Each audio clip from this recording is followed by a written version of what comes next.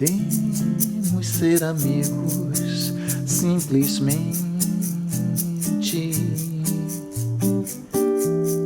Coisas do amor nunca mais. Amores do passado no presente. Relembram velhos temas tão banais. Ressentimentos passam como o vento. São coisas de momento, são chuvas de verão.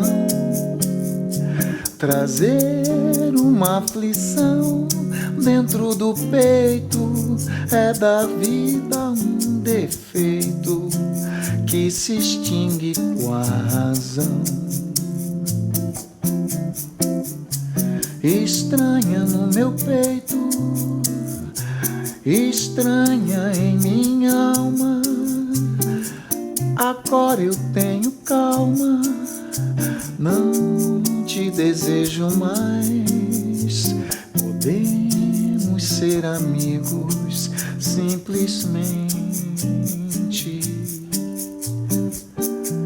Amigos simplesmente, nada mais.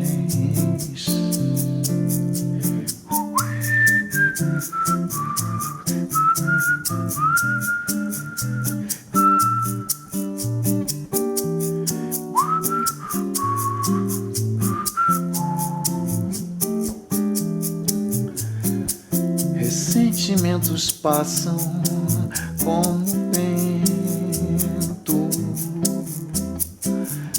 São coisas de momento, são chuvas de verão. Trazer uma aflição dentro do peito é da vida um defeito que se extingue com a razão. Estranha no meu peito, estranha em minha alma. Agora eu tenho calma, não te desejo mais. Podemos ser amigos simplesmente. Amigos simplesmente, nada mais. Amigos simplesmente, nada mais.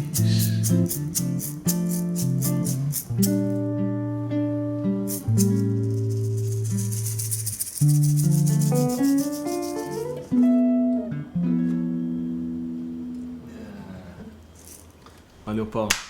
Isso aí, arrasou. Aí sim. Lindo, pô. Não ouve em pé, não. Oh! Gente, eu tô aqui hoje com o Paulo Ricardo, um ídolo da música pop brasileira, um cara que construiu uma carreira maravilhosa, um cara que, pô, começou... Você estava no top das paradas, você tinha, sei lá, 18 para 20 anos, muito moleque. Eu acho que a minha primeira banda com seu cunhado, eu tinha uns 14 anos. O Prisma, né? Que era PR de Paulo Ricardo e Isma de Ismael. Acabei dando esse nome para um CD de 2008. Olha que barato isso. Aí depois eu engrenei, foi com 16 anos mesmo que eu conheci o Esquiavon, voltando do curso de música de Brasília, aquele curso internacional que tinha todo ano no verão. E tinha algumas coisas escritas com o Ismael. Tínhamos intenção de fazer uma banda, eu tinha o plano de voltar a Brasília para a gente começar esse projeto. Já tinha uma galera ali reunida, mas quando eu voltei para São Paulo, nesse mesmo verão de 78, se eu não me engano, eu fui ao ensaio de um baterista, um amigo meu que eu tinha indicado para uma banda de cover do Deep Purple. E eles quebraram um pau ali naquele ensaio, porque o guitarrista, o Blackmore da parada, não queria cantar em português, eles queriam fazer uma banda em português. E perguntaram a minha opinião e tal, disse que no Brasil fazia sentido ter letras em português, né? Eles brigaram ali na mesma hora, um constrangimento. A banda terminou ali.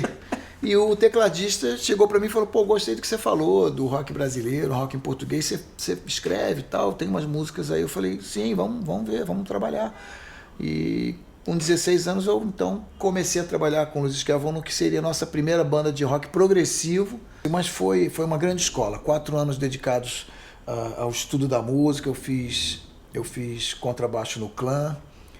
Bacana, você estudou no Clã. Estudei e o Esquiavon escrevia as peças, né? As peças em 7x4 e tal, e eu mal cantava. As músicas de rock progressivo tinham os movimentos, né? Aquelas músicas de 10 minutos, então você cantava um trechinho. Tem uma coisa que vinha também da música erudita, com muita influência da música erudita. Exatamente. E eu aprendi muito. Foram 4 anos aí, dos 16 aos 20, que eu aprendi muito como baixista, cresci muito como baixista com o Esquiavon. Mas aquilo não deu certo, obviamente.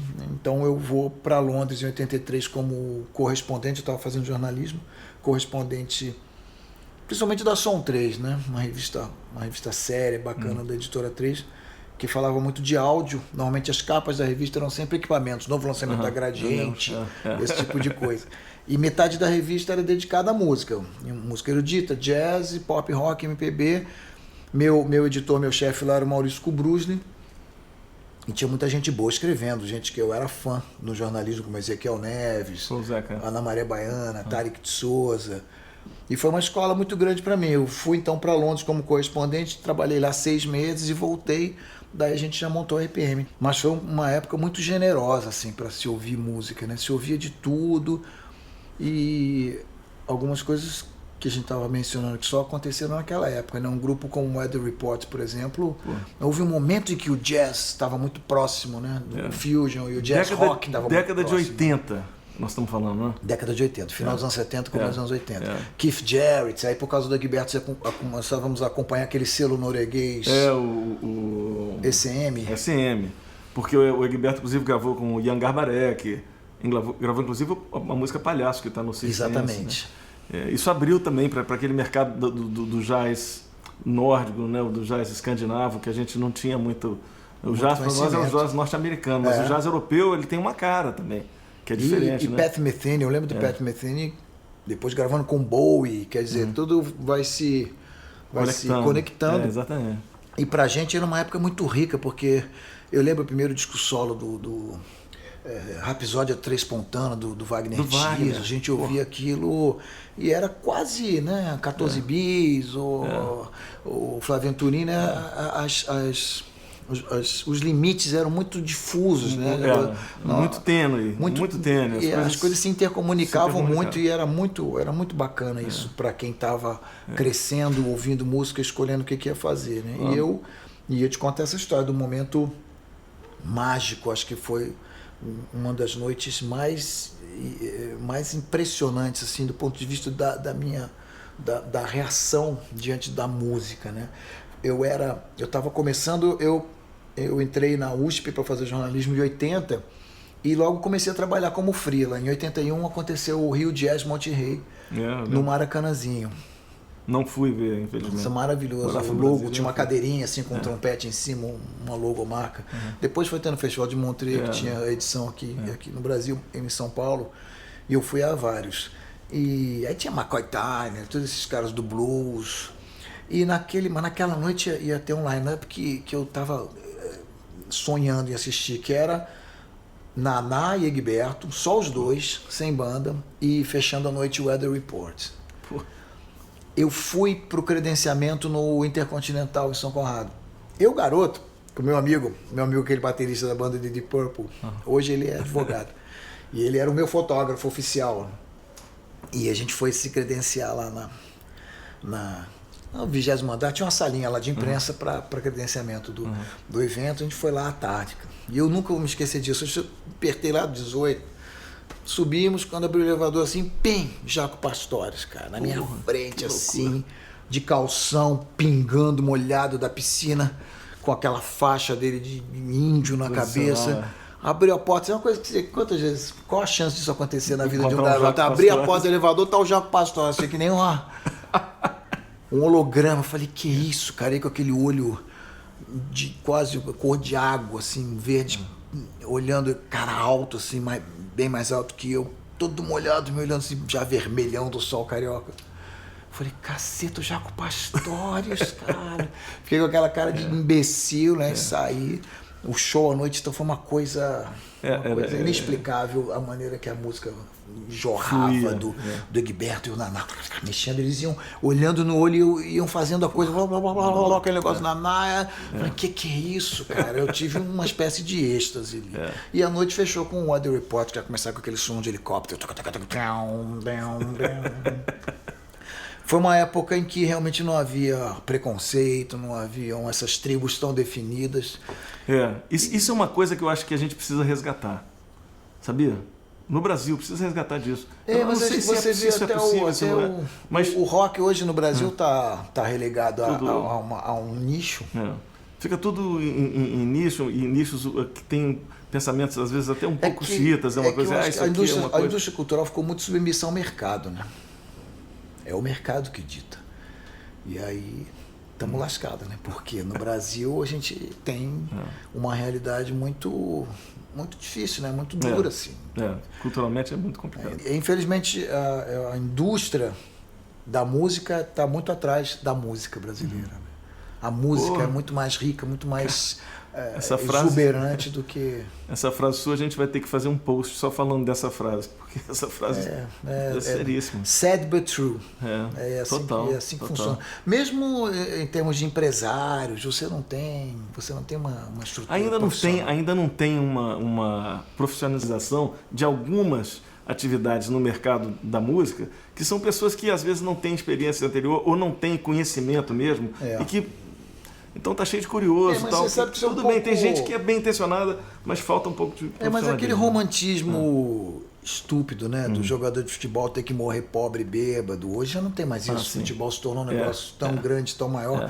Mas a música popular enfrenta a questão da barreira da língua, né? A gente ainda fala para um público limitado. Muito restrito. E as pessoas... Apesar de ser um país de 200 milhões de pessoas. Né? Mas você não vê um garoto...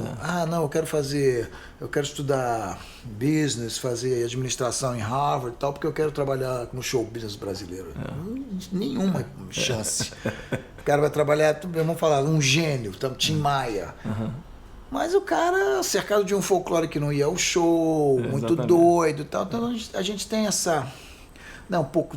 falta um pouco de profissionalismo na música que passa uma certa insegurança para o mercado e para os bons quadros, né? Isso é uma luta constante. Mas, Paulo, uma coisa que eu acho bacana é a questão da tua pluralidade. Você é um cara que tem uma cultura musical grande, um cara que conhece muito de muita coisa. E eu acho que nem todo mundo, porque o público do programa aqui é um público de jazz, da MPB em si e tal, e que a maior parte dos artistas que vêm aqui são desse nicho, vamos dizer assim, né? Mas eu acho muito bacana para essa rapaziada conhecer também essa tua pluralidade. Você é um cara que tem essa visão, que já ouviu de tudo, né, bicho? Mas eu acho que isso é uma característica da nossa geração. Eu ouvia muito... Por exemplo, quando eu era garoto, 13, 14 anos, eu ouvia muito a Rádio Bandeirantes, a Bandeirantes FM. O FM já era uma coisa sofisticada, né? Já era uma coisa que estava começando, não era todo lugar que tinha FM. A gente é filho do Big Boy, né? O Big Boy, a gente era garoto, estava trazendo as coisas lá de fora. Hello, crazy people! O Big Boy, primeiro DJ, que era uma estrela, né? Aí aquela coisa toda da black music chegando no Brasil, Messias Limar, não sei o quê. E quando eu fui morar em São Paulo, eu sou carioca, depois de um ano em Floripa, aos 10 anos, e 3 anos em Brasília, onde eu conheci Ismael e tal, aos 14 meu pai é transferido para São Paulo e lá eu começo a ter contato com aquela coisa cosmopolita, toda a informação tinha lá, o Museu do Disco com os CDs importados, os vinis importados que eu ficava babando, a Siciliano com todas as revistas que estavam importadas, que saíam no mundo inteiro, eu estava em contato com aquilo. O Brasil era meio desértico nos anos 70, verdade, né? Em Brasil São Paulo, de repente, eu saí de lá e fui parar onde Caetano fala, quando a Avenida Ipiranga encontra São João. Eu falei, uau! E eu ouvi a Rádio Bandeirantes e ela tocava assim, Pink Floyd, Beto Guedes e Caetano. Aí eu falava, então, legal. Na próxima tocava Beatles, Marvin Gaye e Alceu Valença. Então, para nós, a gente não cresceu acostumado a essa segmentação toda que há hoje. Para mim, o festival de jazz tinha atrações, os cardápios sempre foram muito variados. Chamava festival de jazz, até o Free Jazz Festival, né, da Monique Gardenberg. Sempre foi muito... se eu não me engano, eu vi Bjork num festival de jazz desse. Então, a palavra jazz é muito abrangente. Mais no Canecão. Então, pra gente nunca foi uma coisa assim, essa pluralidade como uma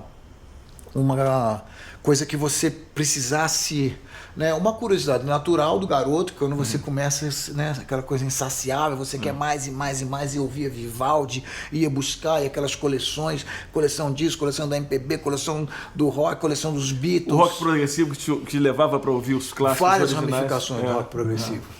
Emerson Lake and Palmer, como Mussorgsky, Stravinsky, Aaron Copland, tudo isso. Você vê quem é esse Aaron Copland? Você vê o que é isso? É música erudita contemporânea. Você vai cair em Cage e vai cair na música eletrônica, Varese. Então tudo isso vem, na verdade, começa assim, que eu estava te falando, a gênese de tudo pra gente no Brasil foi a Jovem Guarda, Roberto, a Tropicália, e daí abre pros Beatles e abrindo tudo... para coisa de fora. É um telescópio pro mundo, né? E tá tudo lá. Acho que a internet divide um pouco. Você acaba fechando e fica ali dentro daquele teu nicho. Mas o streaming faz isso. O streaming, você pega um artista e ele fala... Se você gosta disso, você também vai gostar disso, daquilo outro. Né? Vai te mostrando os caminhos. Se você for indo, você vai parar num lugar completamente diferente. Então é uma fase nova agora, mas eu estou me sentindo com muito mais apoio dessa coisa da internet, no sentido da tua comunicação com os fãs. A gente hoje está no meio da discussão do streaming, né? É a grande discussão. Eu me lembro que há 20 anos atrás, as perguntas na imprensa, para mim, eram sempre assim: e agora com a música digital, como isso afetou o seu trabalho? Eu falei, gente, não mudou em nada, eu ainda continuo compondo com violão, um piano e um papel. Até hoje eu ainda faço mais letras no celular, posso até dizer, do que no papel propriamente dito, mas... o nosso trabalho não muda essencialmente, né? O que muda é a maneira de você divulgá-lo, vendê-lo e tal. Eu nunca não é da minha natureza me assustar ou me defender de evoluções tecnológicas. Eu acho que toda evolução tecnológica é bem-vinda. Claro. Tem que estar passando por uma transição. E algumas são irreversíveis. De um modo geral, são irreversíveis. Você pode gostar ou não, mas ela vai... Então, o que eu acho que tem uma discussão aí saudável do streaming, porque como é que você vai aferir? O streaming, a pessoa paga um valor mensal para ter acesso a tudo. Então, como é que você vai dividir o pacote? É meio o drama que a gente vive aqui com o ECAD.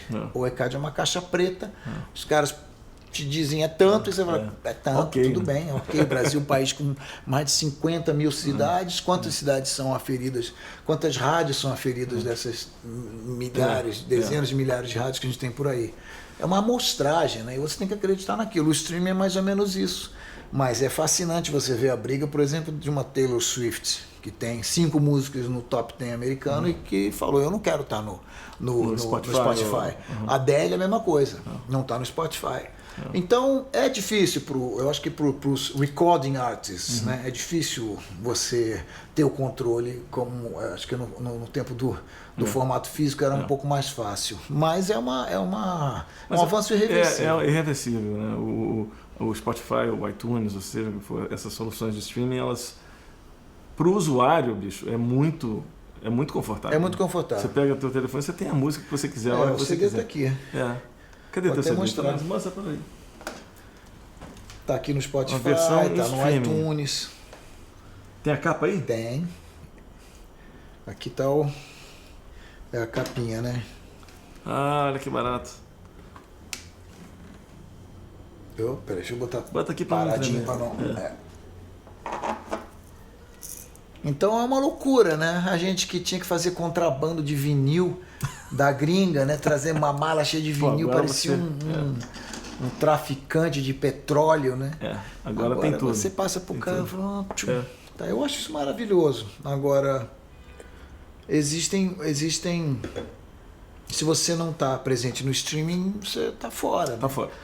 Então, hoje o cara, por exemplo, a gente tinha departamentos muito claros na gravadora, né? O advogador de rádio, de TV e de imprensa. Hoje, o cara da internet, que eu falei com ele aqui antes da nossa gravação, é o cara com quem eu mais falo. Claro. E ele está sempre me atualizando, sempre pensando em novas soluções e outras formas de diálogo, sempre me cobrando. Manda foto do show, manda foto do Superstar, manda foto da viagem. As pessoas estão muito mais próximas da gente, né? Não tem aquela... Cara, eu me lembro no tempo nos anos 80, Chacrinha, EPM, as fãs levavam uns rolos de carta de fã escrito "Eu te amo", assim, uma coisa que você jogava, assim, tipo um tapete. E chegavam cartas pra gente na gravadora, né? Que louco, né, bicho? Você viveu essa realidade, bicho, que é uma realidade que pouca gente vive, né? Eu acho que a gente foi a primeira boy band do Brasil, né? A gente só não dançava. Não dança ainda.